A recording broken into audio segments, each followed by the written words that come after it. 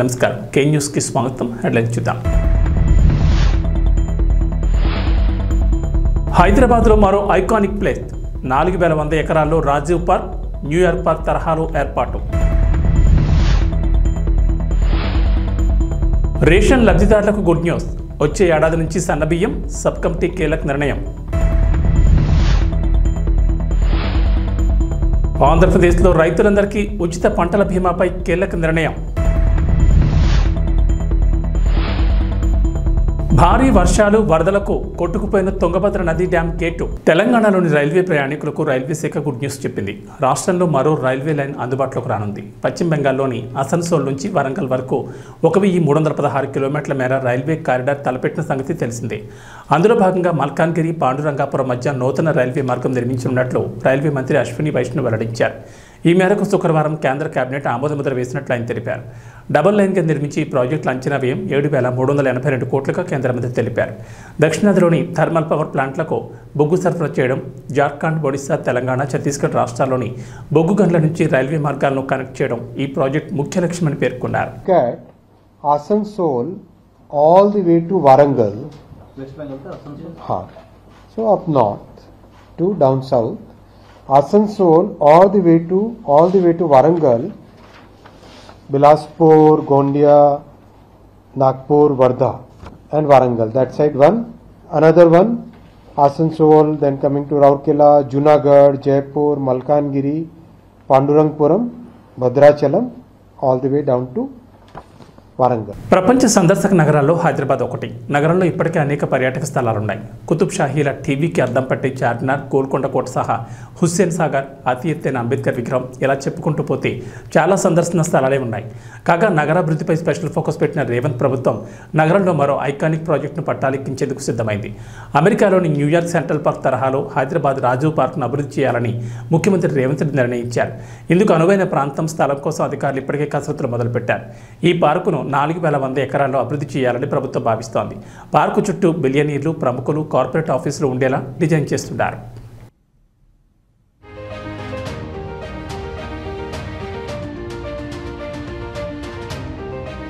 తెలంగాణలోని ration card లబ్ధిదారులకు ప్రభుత్వం తీపి కబురు చెప్పింది. వచ్చే ఏడాది నుంచి రేషన్ లబ్ధిదారులకు సన్నబియ్యం పంపిణీ చేయాలని డిసైడ్ అయింది. ఈ మేరకు కొత్త రేషన్ కార్డుల జారీ, విధి విధానాల ఖరారు అంశంపై ఏర్పాటు చేసిన కేబినెట్ సబ్ కమిటీ కీలక ప్రకటన చేసింది. చౌక ధరల దుకాణాలు, మధ్యాహ్న భోజన పథకం ద్వారా ఏటా 24 లక్షల టన్నుల దొడ్డు బియ్యం పంపిణీ జరుగుతోందని ఈ కమిటీ గుర్తించింది. దీంతో సగానికి పైగా దారి మడుతున్నట్లు తెలిపారు. ప్రస్తుతం అంగన్వాడీ సెంటర్లు, కొన్ని ప్రభుత్వ పాఠశాలలో మాత్రమే సన్నబియ్యం పంపిణీ జరుగుతుండగా వచ్చే ఏడాది నుంచి పూర్తిగా సన్నబియ్యం మంజూరు చేయాలని నిర్ణయం తీసుకుంది. ఇక తెలంగాణ ప్రజలు చాలా కాలంగా ఎదురుచూస్తున్న కొత్త రేషన్ కార్డుల పంపిణీపై కూడా కేబినెట్ సబ్ కమిటీ కీలక ప్రకటన చేసింది. త్వరలోనే కొత్త రేషన్ కార్డులు మంజూరు చేయాలని నిర్ణయించింది. తెలంగాణలోని అర్హులందరికీ కుటుంబ ప్రాతిపదికన తెల్ల రేషన్ కార్డులు మంజూరు చేయాలని నిర్ణయించారు. పాత రేషన్ కార్డుల స్థానంలో కూడా నూతనంగా రేషన్ కార్డులు ఇవ్వాలని డిసైడ్ అయింది. కొత్తగా ఇచ్చే రేషన్ కార్డులు ఏటీఎం తరహాలో స్వైపింగ్ కార్డులు ఇవ్వాలని ప్రభుత్వం నిర్ణయం తీసుకున్నారు. కొత్తగా మంజూరు చేసే రేషన్ కార్డులకు సంబంధించిన విధి విధానాలపై కూడా సూత్రప్రాయంగా అంగీకారానికి వచ్చినట్లు తెలిసింది.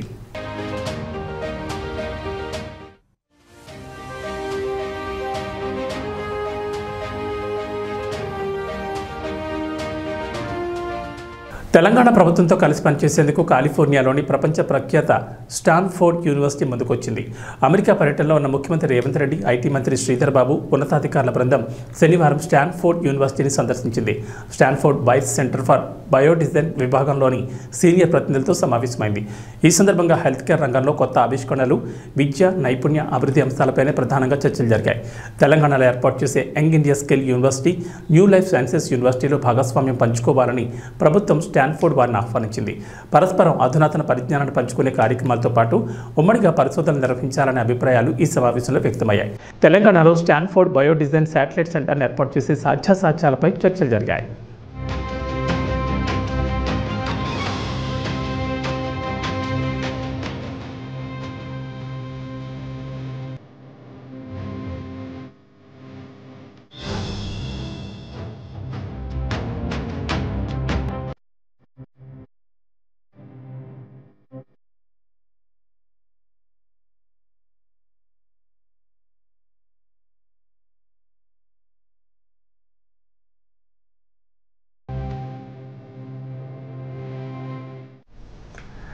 రాష్ట్రంలో అతి త్వరలోనే కొత్త రేషన్ కార్డుల జారీ ప్రక్రియ ప్రారంభం కానున్నట్లు ఇప్పటికే రాష్ట్ర పౌర సరఫరాల శాఖ మంత్రి నాదెండ్ల మనోహర్ చెప్పారు.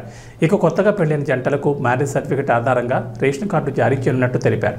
ఇక గతంలో అధికారంలో వైఎస్ జగన్మోహన్ రెడ్డి నేతృత్వంలోని వైసీపీ ప్రభుత్వం 2019 నుంచి 24 వరకు జారీ చేసిన రేషన్ కార్డులపై జగన్ ఫోటోను ముద్రించి వైసీపీ రంగులు కల్పించింది. అయితే జగన్ బొమ్మ వైసీపీ రంగులు తొలగించి రాష్ట్ర వ్యాప్తంగా కొత్త రేషన్ కార్డులను పంపిణీ చేయాలని ఇప్పటికే ప్రభుత్వం నిర్ణయించింది. ఈ క్రమంలోనే కొత్త రేషన్ కార్డులకు సంబంధించిన డిజైన్లను అధికారులు పరిశీలిస్తున్నారు. ఇక ఆంధ్రప్రదేశ్లో ప్రస్తుతం 1.48 కోట్ల రేషన్ కార్డులు ఉన్నాయి. ఇందులో ఆహార భద్రత చట్టం కింద కేంద్ర ప్రభుత్వం 89 లక్షల రేషన్ కార్డులకు నిత్యావసర సరుకులు అందిస్తోంది. మిగిలిన కార్డులకు రేషన్ ఖర్చును రాష్ట్ర ప్రభుత్వం భరిస్తూ వస్తోంది. అయితే వాటన్నింటినీ కూడా కేంద్ర ఆహార భద్రతా చట్టం పరిధిలోకి తీసుకోవాలని కేంద్ర ప్రభుత్వాన్ని రాష్ట్రం డిమాండ్ చేస్తుంటే అందుకు నిబంధనలు అంగీకరించమని కేంద్రం దాటవేస్తోంది. రేషన్ కార్డులు తొలగించారు. ఎవరైతే అర్హత ఉన్న లబ్ధిదారులు ఉన్నారో వాళ్ళకి ఆ అర్హత కలగకుండా చేశారు. మేము ఆల్రెడీ ఇనిషియేట్ చేసాం, కొత్త రేషన్ కార్డు డిజైన్ చేస్తున్నాం. ఆ కొత్త రేషన్ కార్డు డిజైన్ అవ్వగానే ముందుగా ఎవరైతే వివాహం చేసుకుని పాపం 2 కుటుంబాల నుంచి వచ్చిన వ్యక్తులు ఒక రేషన్ కార్డులో ఉండాలని కోరుకుంటారో వాళ్ళకి ఆ వెసులుబాటు కల్పించే విధంగా త్వరలోనే ఒక కార్యక్రమం చేపట్టబోతున్నాం రాష్ట్ర వ్యాప్తంగా. సో కొత్త రేషన్ కార్డులు జారీ డెఫినెట్గా చేస్తాం. వీటితో పాటు మీకు గుర్తు చేయాల్సిన బాధ్యత నాకు ఎందుకు ఉందంటే, పౌర సరఫరాల శాఖలో దాదాపు 40,000 కోట్ల రూపాయలు అప్పులు చేసి ఈ ప్రభుత్వం వెళ్ళిపోయింది. గత ప్రభుత్వం 5 సంవత్సరాలు 40,000 కోట్ల రూపాయలు. అందులో ఇంకా ఆశ్చర్యకరమైన విషయం ఏంటంటే, ధాన్యం కొనుగోలు చేసి రైతులకి 1,674 కోట్ల రూపాయలు బకాయిలు చేసి వెళ్ళిపోయారు. రైతాంగానికి చాలా నష్టం కలిగించారు గత 5 సంవత్సరాలు. ధాన్యం కొనుగోలు విషయంలో మీ అందరికీ తెలిసి ఎన్ని అవకతవకలు జరిగినాయో. 30-40 కిలోమీటర్ల దూరం పోయి వాళ్ళు మిల్లర్లకి ఇచ్చే పరిస్థితి ఉండేది.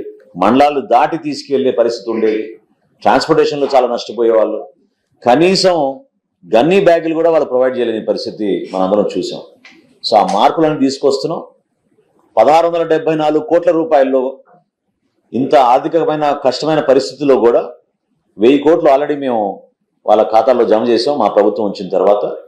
ఇంకొక 674 కోట్ల రూపాయలు సోమవారం రాష్ట్ర వ్యాప్తంగా ఆ రైతాంగానికి అందే విధంగా రూపాయి కూడా బకాయి లేకుండా పౌర సరఫరాల శాఖ నుంచి ఆ కార్యక్రమం చేయబట్టబోతున్నాం. దానికి నిజంగా మన ముఖ్యమంత్రి గారు చంద్రబాబు నాయుడు గారు, అదేవిధంగా ఉప ముఖ్యమంత్రి గారు పవన్ కళ్యాణ్ గారు చూపించిన చొరవతోటి రైతాంగానికి ఎక్కడ కూడా ఇబ్బంది కలగకుండా ఒక బాధ్యతతోటి మేము అనేక సంస్థలతో మాట్లాడి ప్రభుత్వం పైన ఎక్కువ భారం పడకుండా రైతాంగాన్ని మాత్రం నిలబెట్టాలి.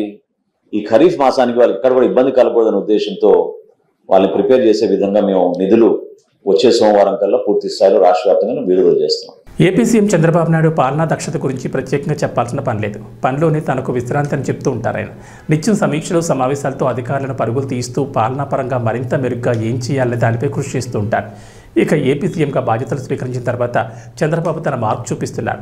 1995 నాటి చంద్రబాబును చూపిస్తానంటూ పదే చెప్తున్న చంద్రబాబు పాలనలోనూ దాన్ని నిజం చేసి చూపిస్తున్నారు. అయితే తాజాగా సీఎం చంద్రబాబు ఓ విషయంలో స్పందించిన తీరు నెట్ జనాన్ని ఆకట్టుకుంటోంది. ఒకే ఒక ట్వీట్తో అపాయింట్మెంట్ ఇచ్చారు చంద్రబాబు. ప్రముఖ సంఘ సేవకురాలు పద్మశ్రీ అవార్డు రహిత అయిన అయితా సునీతా కృష్ణన్ సీఎం చంద్రబాబును కలవాలని భావించారు. అయితే ఆమెకు ముఖ్యమంత్రి అపాయింట్మెంట్ దొరకలేదు. దీంతో ఎక్స్వేదిక్గా ట్వీట్ చేశారు సునీతా కృష్ణన్. చంద్రబాబు సార్, మీ అపాయింట్మెంట్ తీసుకోవడానికి భిన్నమైన మార్గాన్ని ఎంచుకున్నా. మీరు చాలా బిజీగా ఉన్నారని నాకు తెలుసు. అయితే 2 ముఖ్యమైన ప్రతిపాదనలు మీ ముందు ఉంచేందుకు వచ్చే వారం మధ్యలో ఎప్పుడైనా నాకు 10 నిమిషాల సమయం కేటాయించగలరంటూ సునీతా కృష్ణన్ ట్వీట్ చేశారు. అపాయింట్మెంట్ కోసం సాధారణ పద్ధతిలో ప్రయత్నించినప్పటికీ కుదరకపోవడంతోనే ట్వీట్ చేస్తున్నానని క్షమించాలని కోరారు. ఆంధ్రప్రదేశ్లో అధికారంలోకి వచ్చిన తెలుగుదేశం, జనసేన, బీజేపీ కూటమి ప్రభుత్వం కీలక నిర్ణయాలకు తెరతీస్తోంది. ఈ క్రమంలోనే వైఎస్ జగన్ నేతృత్వంలోని గత వైసీపీ ప్రభుత్వం తీసుకున్న నిర్ణయాలు, అవలంబించిన విధానాలను పక్కన పెడుతోంది. ఈ క్రమంలోనే రైతులకు సంబంధించి తీసుకున్న నిర్ణయాలను సమీక్షిస్తోంది. ఈ నేపథ్యంలోనే పంటల బీమాకు సంబంధించి చంద్రబాబు ప్రభుత్వం కీలక నిర్ణయం తీసుకుంది. ఈ పంటలో నమోదైతే ఉచిత పంటల బీమా పథకాన్ని అమలు చేరుండాలి. అయితే ప్రస్తుత ఖరీఫ్ సీజన్ వరకు ఈ పంటలో నమోదైన పంటలన్నిటికీ ప్రభుత్వమే ఉచిత పంటల బీమాను కల్పించనుంది. ఇక వచ్చే రబీ నుంచి 2019 కంటే ముందు ఉన్న విధానమే, అంటే ఎంపిక చేస్తున్న రైతులకు మాత్రమే పంటల బీమాను అమలు చేయనుంది. ఈ నిర్ణయానికి తాజాగా మంత్రివర్గ ఉపసంఘం ఆంధ్రప్రదేశ్ ప్రభుత్వానికి సిఫారసు చేసింది. రాష్ట్రంలో ఎన్డీఏ ప్రభుత్వం వచ్చే నాటికే పంటల బీమా అమలుకు వ్యవసాయ శాఖ టెండర్లు పిలిచింది. దీంతో వచ్చే సీజన్ నుంచి కొత్త విధానాన్ని అమలు చేయనున్నారు. 2024-25, 2025-26 సంవత్సరాల్లో ఖరీఫ్, రబీకి సంబంధించి సంస్థలను కూడా ఎంపిక చేసింది. అయితే గత వైసీపీ ప్రభుత్వం అమలు చేసిన ఉచిత పంటల బీమా పథకంతో రైతులకు ఒరిగిందేమీ లేదని ఏపీ మంత్రివర్గ ఉపసంఘం భావిస్తోంది. రామ్ చరణ్, ఉపాసన ఇద్దరూ కూడా తమ పనుల్లో బిజీగా ఉంటారు. అందుకే క్లీంకారాన్ని చూసుకునేందుకు కేర్ టేకర్ని పెట్టారు. కరీనా కపూర్ కొడుకు తైమూర్ ఖాన్కు కేర్ టేకర్గా పనిచేసిన లలితను క్లీంకారా కోసం తీసుకొచ్చారు.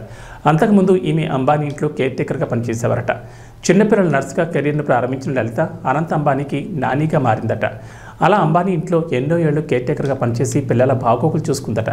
అనంత్ అంబానీ తనతో ఎంతో ప్రేమగా ఉంటారని లలిత చెప్పుకొచ్చారు. తైమూర్ ఖాన్కి కేర్ టేకర్గా వెళ్లడంతో జనాలకు ఎక్కువగా తెలిసిందని లలిత తెలిపారు. కరీనాకు మొదట్లో పిల్లల ఆలనా చూసుకోవడం అంతగా వచ్చేది కాదట. కానీ త్వరగానే అవన్నీ నేర్చుకుని పిల్లలకు కావాల్సిన పనులన్నీ చేసి పెట్టేసేస్తుండేదట. ఇక ఇప్పుడు రామ్ చరణ్, ఉపాసనల కూతురు క్లీంకారాకు కేర్ టేకర్గా వ్యవహరిస్తున్నారని అన్నారు. క్లీంకారా గురించి చెబుతూ అనేక విషయాలను పంచుకున్నారు. కర్ణాటకలో కురుస్తున్న వర్షాలకు తుంగభద్ర డ్యాం గేటు విరిగికొట్టుపోయింది. శనివారం రాత్రి 11 గంటలకు హోస్పేట్ వద్ద తుంగభద్ర డ్యాంలో వరద తగ్గడంతో గేట్లను మూసివేస్తున్న క్రమంలో 19వ గేట్ చైన్ లింక్ తెగి కొట్టుకుపోయింది. దీంతో డ్యాం నుంచి నీరు ఏకధాటిగా దిగువకు ప్రవహిస్తూనే ఉంది. ఇప్పటి వరకు 1,00,000 క్యూసెక్ల పైగా నీరు వృధాగా కిందికి పోయిందని అధికారులు పేర్కొన్నారు. ఈ ఒక్క గేటు విరిగి కొట్టుకుపోవడంతో తుంగభద్ర డ్యాం నుంచి 60 టీఎంసీల నీరు వృధాగా పోనుందని తెలిపారు. మరోవైపు షిమోగాలో కురుస్తున్న ఎడతెరిపిలేని వర్షాలకు తుంగభద్ర డ్యాంలోకి భారీగా వరద నీరు చేరుతోంది.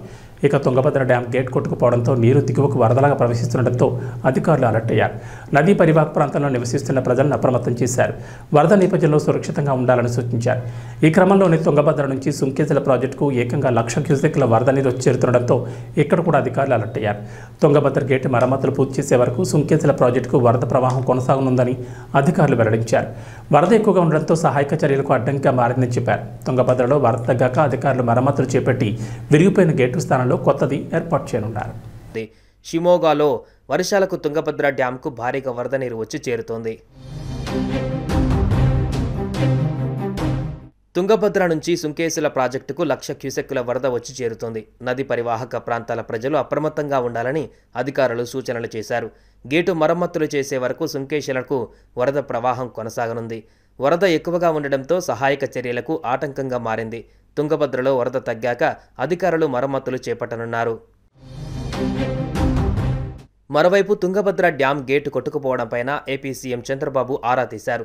రాష్ట్ర జలవనరుల శాఖ మంత్రి నిమ్మల రామానాయుడుతో మాట్లాడి వివరాలు తెలుసుకున్నారు.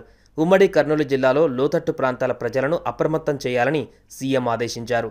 నిర్వహణలో లేని పాత గేటు కొట్టుకుపోయిందని సీఎంకు తెలిపారు. తక్షణం ప్రాజెక్టు వద్దకు డిజైన్ టీంను పంపాలని చంద్రబాబు సూచించారు. జలాశయంలో 6 మీటర్ల ఎత్తు వరకు నీరు ఉందని అధికారులు సీఎం చంద్రబాబుకు వివరించారు.